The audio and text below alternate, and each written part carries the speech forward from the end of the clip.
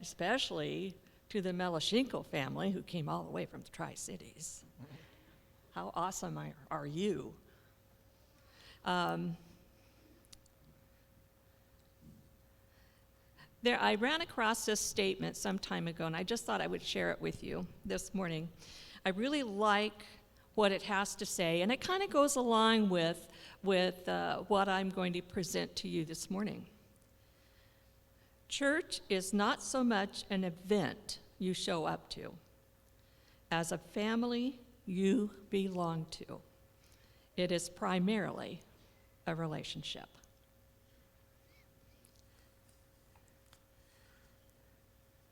Embraceable You. What does the title of what I'm going to talk to you about today have anything to do with Easter? It has a lot to do with Easter. Why do we recognize Easter? Anyone got any ideas? Why do we recognize Easter? Terry. Do I see Terry? Hi, welcome to the Pendleton Church. It's wonderful to see you. Before I get into the talk this morning, I want to mention Matt's talent on the piano. I hope someday when I'm in heaven, I don't know if we're going to have more than harps as instrumental objects. But I hope if it's just a harp, I can play it better than he played the piano. He has an awesome talent, and so I appreciated his talent this morning. And I think Cindy has already left, but Cindy Jackson, I was going to recognize her this morning. For those of you who may not know her, she was playing the violin up here. She just got back from Mexico, and how dare she not bring the weather with her? But her son was married, Rick. Rick was married in Mexico just a couple of weeks ago, I believe. So it's exciting to have her back and exciting to know that Rick is married. Rick and our son Tony were best friends growing up here in our school. So he calls us he calls Dale and I his second parents because he hung out at our house a lot after school and sometimes in the summer, and he would go to the woods with Dale and Tony and get up there and perform all kinds of shenanigans. You know how it goes with young boys.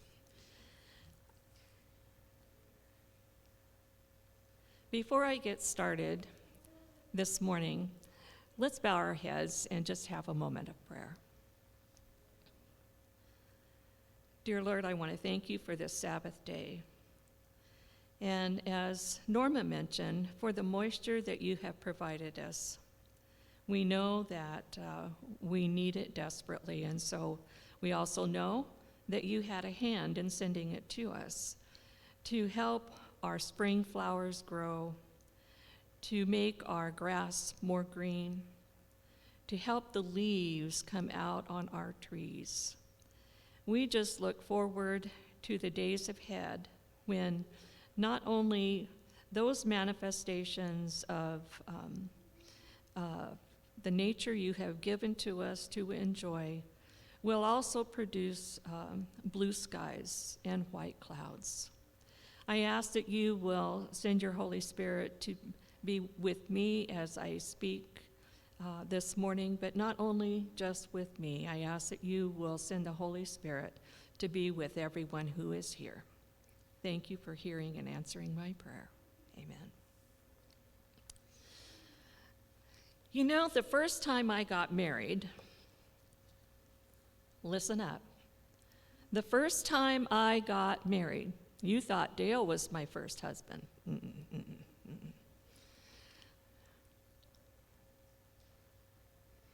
I was so excited. I knew I was going to my wedding. Oh, And I was marrying this young man that had been the apple of my eye for quite some time. He was blonde and blue-eyed, and his name was Neil. I was all decked out in white satin and a white veil that fell down to my shoulders that had lace on the tips of it. That must have been where I first developed my love of lace, was when I wore that wedding dress. The church had lots of people in it. I don't remember who officiated at the ceremony because I only had eyes for Neil. But I kept giving him goo-goo eyes. Do you know what goo-goo eyes are? Rapid blinking of eyes and looking demurely down. He didn't seem to notice. That was okay. We were getting married. We got, at the end of the service, we left the rostrum or the platform hand in hand and made it down the aisle. It wasn't this church, though I was a flower girl at a wedding in this church. Let me see, how many years ago would it have been? 1955. In the first wedding that was here in this church. I think I've told you that before. But Neil and I walked down the aisle hand in hand together and went to the reception. They had us sit together, of course, because we got married. And then the photographer was going around taking pictures of everyone. He came by us and he wanted us to give each other a kiss. Well, Neil was shy. He didn't want to be seen giving me a kiss. I had no such qualms about giving him a kiss. So I leaned over and I gave him a little peck on the cheek. The photographer took our picture and everybody laughed and they applauded. Oh, look at them. Aren't they just so cute? Well, our relationship lasted probably just a few days. But as kindergartners, it seemed like it lasted forever. And we had a repeat performance a few months later. Neil and I got married again in another wedding. They thought apparently that we didn't get it sealed the first time, but we got married again. Oh, that boy was so cute. He was good looking. After that second ceremony, about the only time we saw each other was in Sabbath school. And he avoided me like the plague. Typical of boys that age. We met one other time. And it was, I don't know, I think it was at Herb and Nadine Bork's 60th wedding anniversary. He was there with his family. They were a group of people that had come from Yakima Valley, where Herb and Nadine had lived at one time. And somebody said, "Oh, Judy, come here. You need to meet somebody. And it's somebody from Granger. Well, actually, I think they lived in Toppenish, but come, you need to meet somebody. So I went over to this one table, and here was Neil's mother. Oh, she was so excited to see me. She gave me a hug, and then she says, Neil, come here. And I thought, oh no, Neil is here? I definitely don't look like the same cute young girl I used to be. And So he came over. He met me again. No recognition in the eyes, none whatsoever. I was a little disappointed. You know, the ego part of you as a person, a little disappointed. But I had someone much more handsome than Neil. And he's sitting on that row right there. I have often said that Dale is my knight in shining armor. He came along just at the right time in my life to love me, to take care of me, and to take care of our family. And I am just so forever grateful, not just to him, but to God for leading us in our relationship over the years to be together. Now, our relationship began years ago here at the Pendleton Christian School when I was in the 4th grade and he was in the 5th grade. So I had known him a long time. And after our grades, the 2 grades, the 5th and the 4th grade, were in the same room. After that year, his grade went into a different room, and my grade was in a different room. So we were both extremely shy. At least I like to think of the fact that he was shy as opposed to trying to avoid me at his age at the time. But we did not speak to each other from my 5th grade year, his 6th grade year, until I was in, it was only a couple of years, but it seemed like forever, until I was in the 8th grade and he was in the 9th grade. And our particular grades were out playing in the little dead-end paved street that was right in front of the Quonset hut, and we were playing baseball. So I thought, if I stay behind a few minutes, then I can help pick up the little plastic bases, you know, home, first, second, third, even where the pitcher stood. And I had noticed that Dale always picked up those bases. And all the kids went into the classroom. So I was helping, picking up the bases. And I had a couple of them in my hand. I walked over to hand them to Dale, and he puts out his hand and he says, "The bases." He talked to me. He talked to me.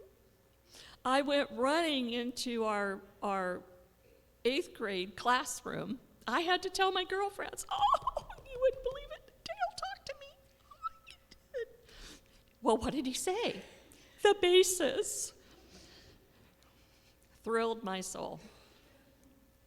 As time went along, we got better acquainted. And I can remember the first time he held my hand. I don't know about any of you who are married today and or have a relationship with someone, that when you first held hands, my heart went perk. I went up here and fell down to my toes. It was all I could do to get it back up into place. And he reached out and he held my hand. We were on our way to Gem State Adventist Academy. I was a freshman, he was a sophomore at our school here, and we were traveling with his parents to go see his brother, Frank. Memorable trip. He held my hand. I still remember that. I still remember my heart and how it just seemed to go up and fall down because I was so excited. I remember the first time he gave me a hug. It always had to be in the presence of our parents. Everywhere we went, we were never allowed to be alone. If we were alone, it was like 5 minutes. 5 minutes.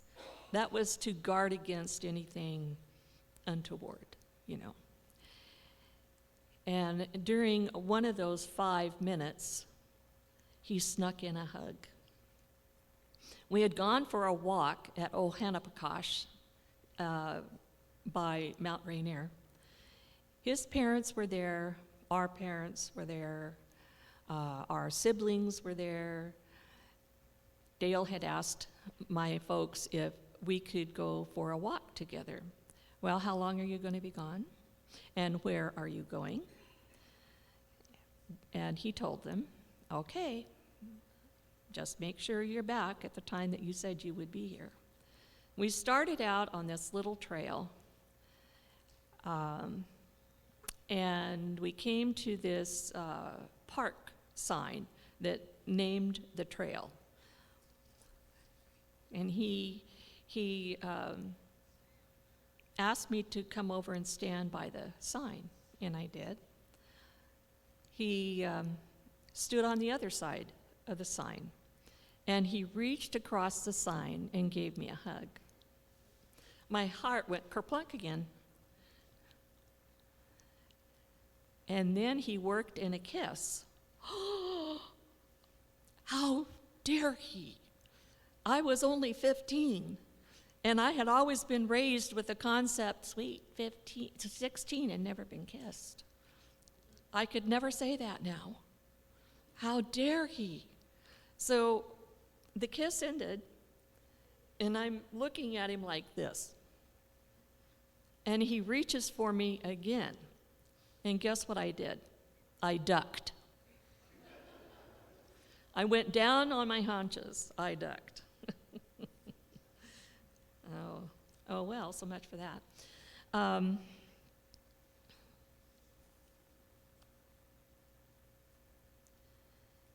I think about another romance in the Bible that did not turn out so well. Samson. Samson, as we all know, was one of the strongest men who had ever lived. But being the strongest man who ever lived did not prevent him from acting the fool. When he met Delilah, his heart started racing. His eyes bulged, kind of like mine did after Dale gave me my first kiss. And he literally, you know how it is, how my heart went kerplunk? He felt like he was floating on air. And he knew he had found the perfect woman. And was she ever good looking? There was the benefit of the good looking part. All it took for Samson was just one look. Ever felt like that with any of you couples? The one look? Or did it take a while to get used to them?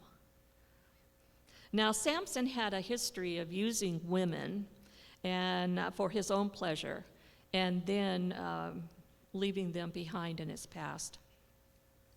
But when he saw Delilah, he had a reaction inside like nothing else. The heart went kerplunk. With Delilah, he fell in love.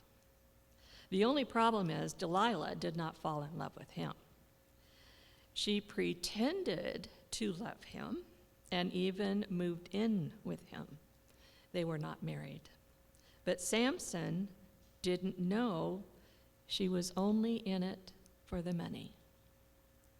Not his money, but money that people were paying her to find out something. To find out something that could destroy him. While Samson was asking Delilah, "Do you love me?" What he was really saying was, "Baby, you are going to be by my side forever, for the rest of my life." Delilah when she was asking Samson, "Do you love me?" she was really asking, "Fool, will you give me what I want so I can get out of this relationship?" Samson's first impression of Delilah caused him to see a woman who did not exist. You know, we can have the best of motives going into a relationship, but that does not mean that somebody is not out to use you for what they can get. Samson was the first in the scriptures to have a fatal attraction for someone. 3 times he discovered a plot of his girlfriend attempting to assassinate him, but he overlooked all 3. And after all, she loved him, right? So they had to be just mere coincidences. But on the 4th attempt, Delilah was successful. Samson's enemies seized him. I don't know if they poked his eyes out or ripped his eyes out, but he was blind as a result. They turned him into a slave, and Delilah probably walked away from the situation with enough money to live on for the rest of her life or keep her comfortable for a while. Love can sometimes be a costly adventure and a painful one as well.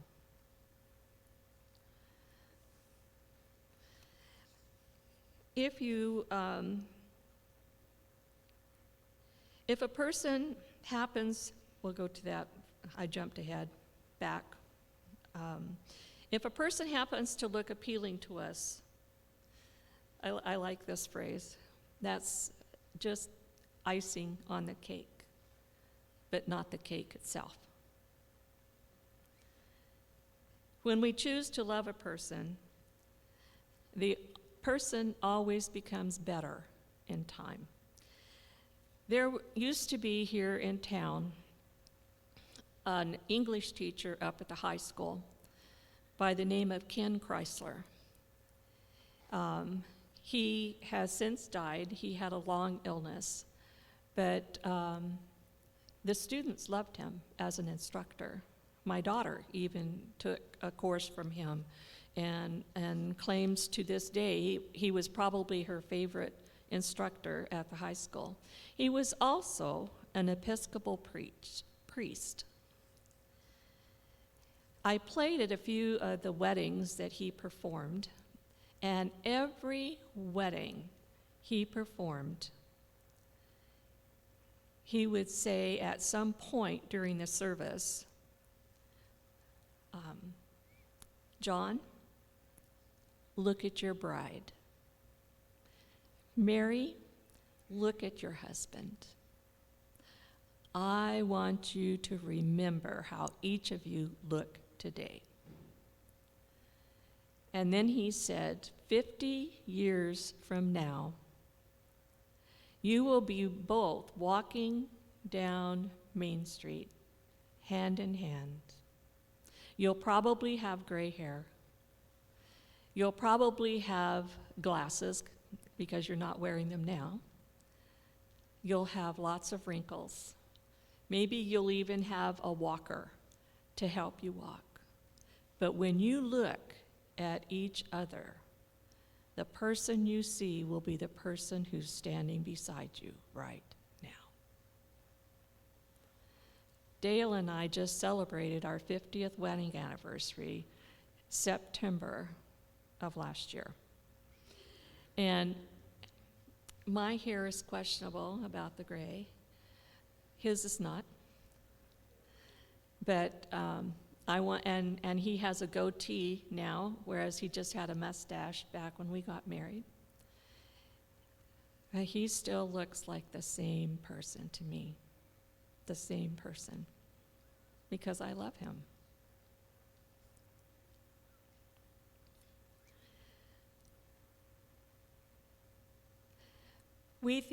A lot of us think that the person that we are married to or have a relationship with, we love them so they're not ugly to us. And maybe they are ugly, but we don't know that. And they don't know that because of the way we treat them. And the reason why they are not ugly to us is because we see something in them that nobody else sees. Did you know that Jesus was not handsome? The Bible tells us that. He was not a tall, dark, handsome, good-looking person. In Isaiah 53, verse 2, it says, "He had not beauty or majesty to attract us to him, nothing in his appearance that we should desire him." So why do we love him?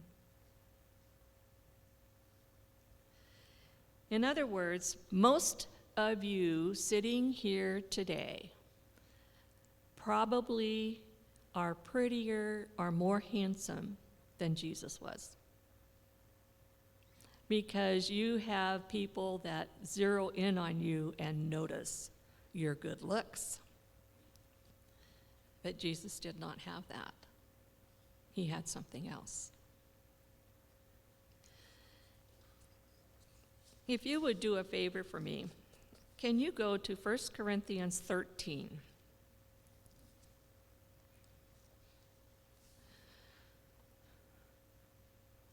I don't know about some of you, but I know the pastor has talked about this or mentioned it, how lonely he used to be, and maybe he still gets that way even when he's in a crowd. And I know surely all of us have been there at one point. I've been that way. Sometimes standing up here can feel lonely with you there.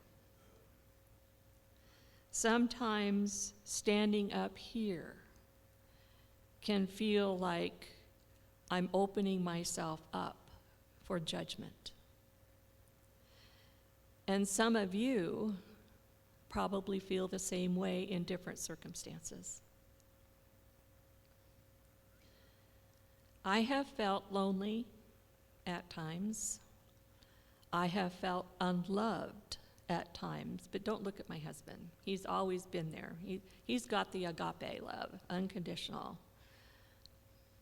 With all my warts and everything, he loves me still. But have you ever felt unloved? Have you felt hungry for someone to love you, to accept you, to overlook the faults in your life?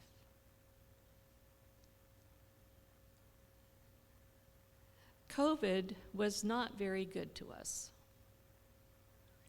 Not long ago, our Bible study group met, and towards the end of our get-together, I said, let's play a game. If you're up for games, let's play a game. Let's talk about some things COVID did for us, the positive and the negative. And I think we went around the circle talking about positives first or negatives first. I don't remember, but we did lump them together. And I mentioned one thing that everybody kind of laughed at, but it's true. During COVID, during the wearing of masks, I bet you didn't notice if anyone had halitosis. For those of you, anybody know what halitosis is? There you go. Sarah, what is halitosis? Bad breath. Bad breath. The mask covered it up. And plus the fact that we were supposed to keep a social distance between ourselves. One of the negatives, I don't believe this was mentioned in our group, but I thought about it as I was preparing for today. one of the negatives that had to do with COVID was that we couldn't hug each other. Now, I know that there were some people who still hugged each other, but Dale and I refrained from it because of his health issues. Most all of you know he had here about in 2018, he had quadruple bypass surgery. And because of his susceptibility to, his immunity was compromised, okay? And because of that, we tried to keep our distance from people. We tried to enforce between us, not that we wore masks at home, but when we go to the store, when we come to church, that we always wore a mask. And that's because, number one, for me, it was selfish on my part because I didn't want to get it and give it to him. He didn't want to get it and give it to me. Because of his health issues, it could have been fatal for him, depending on how bad COVID was for him. He did get COVID, but it was about 2 years. It was just last August, actually. Last August, we took a train. He'd never been on a train. I had. But he wanted to experience a train ride. So we took a train from the Tri-Cities and traveled to North Dakota to visit our grandson, who's there working the oil fields. I have to say this. He got the job on his own. He's just a young man. He's like 24, I think, 24 now. Living on his own, no relatives in the town where he lives, which is called Watford City. By the way, with all the snow that we've had, there was so much snow around his apartment building that he could not open the door to get outside. But he's managing on his own, and he did all of this, getting the job, a place to live on his own, and making money hand over fist. Now, that's okay if he wants to make money hand over fist. He has a method to his madness. He wants to go to college. He hasn't decided on what he's going to be or do yet, but he wants to go to college. I keep trying to convince him that he needs to make as much money as he can so that he can support his Nana in the manner of which I've been longing to be supported. That's a joke, by the way. That's a joke. I try very hard not to be covetous, envious. Yeah. Anyway, so during COVID, the thing I missed the most were my friends that I could hug. I missed those hugs. And I don't care if somebody was dirty or squeaky clean. I miss those hugs, that touch. You know, when you hug someone, it's very, very hard not to love them, especially if you do it a lot. Now, I'm not going to tell the men here in the congregation to start going out and hugging all the women you find. That's not, you can do a one-handed hug like that. You can shake their hand too. But I will tell you this, that I'm not afraid to give you a hug. As a man, I can give you a hug. I'm a woman, but I can give you, the man, a hug. And it doesn't bother me. So I'm grateful that we can give each other hugs. Love helps us to give that person a hug where we really mean it. You know, in all of the Bible, there is no definition of love except in 1 Corinthians 13. And I would like you to read to yourself as I read it to you. I am going to, if I remember, you know, the senior mind of mine, I tell people I have so much knowledge up here that it's hard to find what I'm looking for sometimes, you know, like a file that's overfilled. But I do get it eventually. Okay. Embraceable You is the title of my talk this morning. You are embraceable.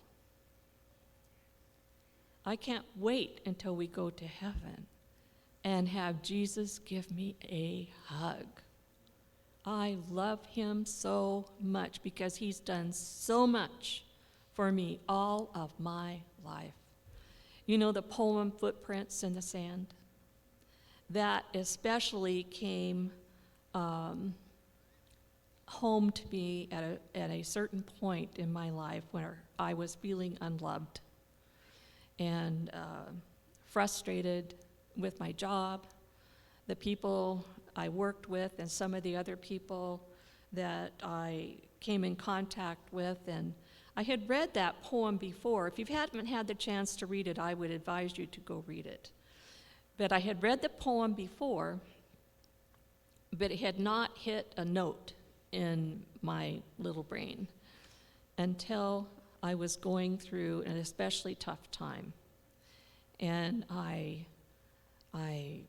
read it, and I immediately started to cry because it meant something so much to me to visualize within myself the Lord carrying me during those tough times. It still means a lot to me. So I can't wait to give my Jesus a hug and receive a hug from him in return. And before I start reading in this chapter, I have to tell you about somebody who does really good hugs. Really good hugs. We used to have members here by the name of Henry and Char Miller.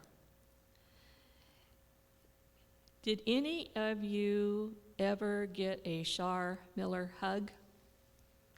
There we go. We have a few people. The rest of you, I feel so badly for you. I'm so sorry you didn't get a Char Miller hug.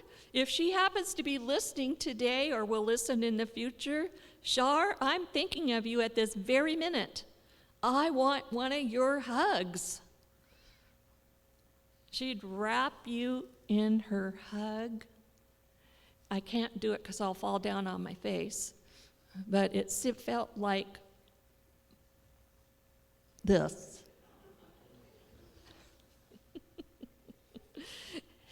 And she didn't do it for just a little while. She did it for a long time. It was amazing. She went to give Dale a hug shortly after they became members here of our church. And he said, whoa, wait a minute. I don't hug just any woman in this church. And she said, I'll just give you a quick one. But he was one of those who got a Char Miller hug. And he remembers it. He does remember it. I wish we all gave each other that kind of a hug. If you want a demonstration, I'll be glad to supply it.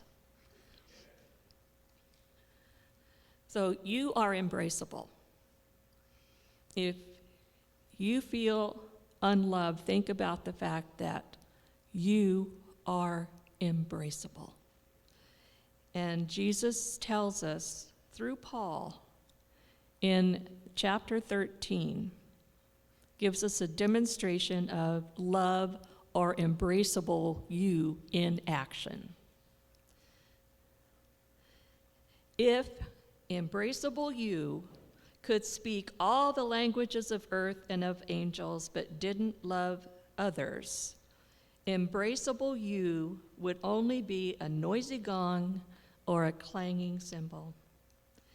If embraceable you had the gift of prophecy And if Embraceable You understood all of God's secret plans and possessed all knowledge, and if Embraceable You had such faith that Embraceable You could move mountains, those are the mountains that Jesus put in place first, you could move them, but didn't love others, Embraceable You would be nothing. If Embraceable You gave everything Embraceable You have to the poor and even sacrificed Embraceable You's body, Embraceable You could boast about it, but if Embraceable You didn't love others, Embraceable You would have gained nothing. Sounds kind of lonely, doesn't it? Love is patient and kind. Love is not jealous or boastful or proud or rude. It does not demand its own way. It is not irritable, and it keeps no record of being wronged. I have to just add a comment to that, no record of being wronged.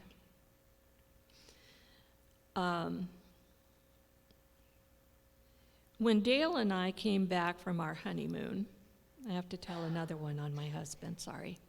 When Dale and I came back from our honeymoon, I was doing dishes. We did not have a dishwasher. So I was doing dishes after a meal. And you have to understand, when he and I first got married, I was thinking that he was going to be just like my dad. My dad occasionally helped to dry dishes when Mom would wash dishes until she got a dishwasher. My dad also did things like plumbing. He constructed some of the houses here in Pendleton. He was an auto mechanic. He could do anything. Well, Dale started to come around the corner from the living room into the kitchen while I was doing dishes, and I said, "Aren't you going to help me by drying the dishes?" He's looking down. And he said, "No, I did dishes all my life. That's why I married you." Naughty, naughty, naughty. I turned back around and went back to washing dishes, thinking, oh no, the honeymoon's over. And then I thought of something, and I turned back around to him and I said, wait a minute, I grew up doing dishes too. Mom had all 3 of us kids doing dishes. Nope, I'm not doing dishes. But Dad did dishes. Nope, not doing dishes. So I turned back around, and little tears started coming down my cheeks as I felt sorry for myself, thinking, oh, the honeymoon is over. Later, we did have a discussion, what I call an intense discussion about it, and suddenly, little rabbit trails started to develop. You know what rabbit trails are? When you get off the subject and you start bringing in other things, little rabbit trails started to appear. Well, this is what I think of when I read this in verse. I can't hardly see the versing are so small. Love keeps no record of being wronged. It's bringing up all those little rabbit trails rather than sticking to the subject. It does not rejoice about injustice, but rejoices whenever the truth wins out. Love never gives up, never loses faith, is always hopeful, and endures through every circumstance. Prophecy and speaking in unknown languages and special knowledge will become useless, but love will last forever. Now, our knowledge is partial and incomplete, and even the gift of prophecy reveals only part of the whole picture. But when the time of perfection comes, these partial things will become useless. When Embraceable You was a child, Embraceable You spoke and thought and reasoned as a child. But when Embraceable You grew up, Embraceable You put away childish things. Now Embraceable You sees things imperfectly, like puzzling reflections in a mirror. But then Embraceable You will see everything with perfect clarity. All that Embraceable You knows now is partial and incomplete. But then Embraceable You will know everything completely, just as God now knows Embraceable You and Embraceable Me completely. 3 things will last forever: faith, hope, and love. And the greatest of these is love. I wish the Lord were here now. I wish that he were walking through that back door this very minute. And as he stood in front of those doors, he would stand there with his arms flung out wide.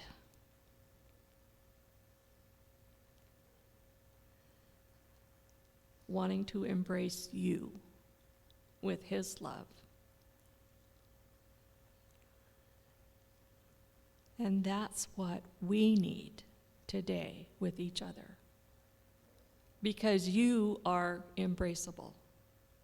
I am embraceable.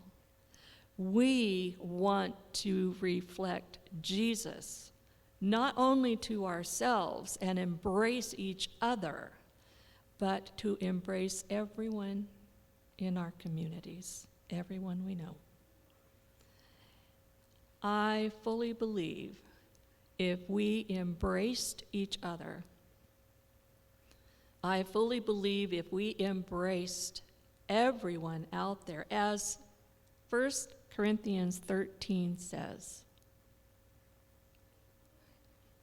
the Lord will be here to embrace us that much sooner. And I so look forward to that day. Shall we bow our heads? Father, I want to thank you for this very special Sabbath day. I want to praise you and thank you for bringing the members that are here today to our church safely this morning. I thank you for speaking to each heart here and letting them know how you long to put your arms around each one of us. We are embraceable. Even if we are a little bit dirty or squeaky clean, I know that you love us. I know that you don't love what we do sometimes, but I know you still love us, and you long to bring us close into your arms. Thank you for your awesome love. I pray that you will go with us in the days ahead. Keep us safe, and may we share your love with everyone we meet. Amen.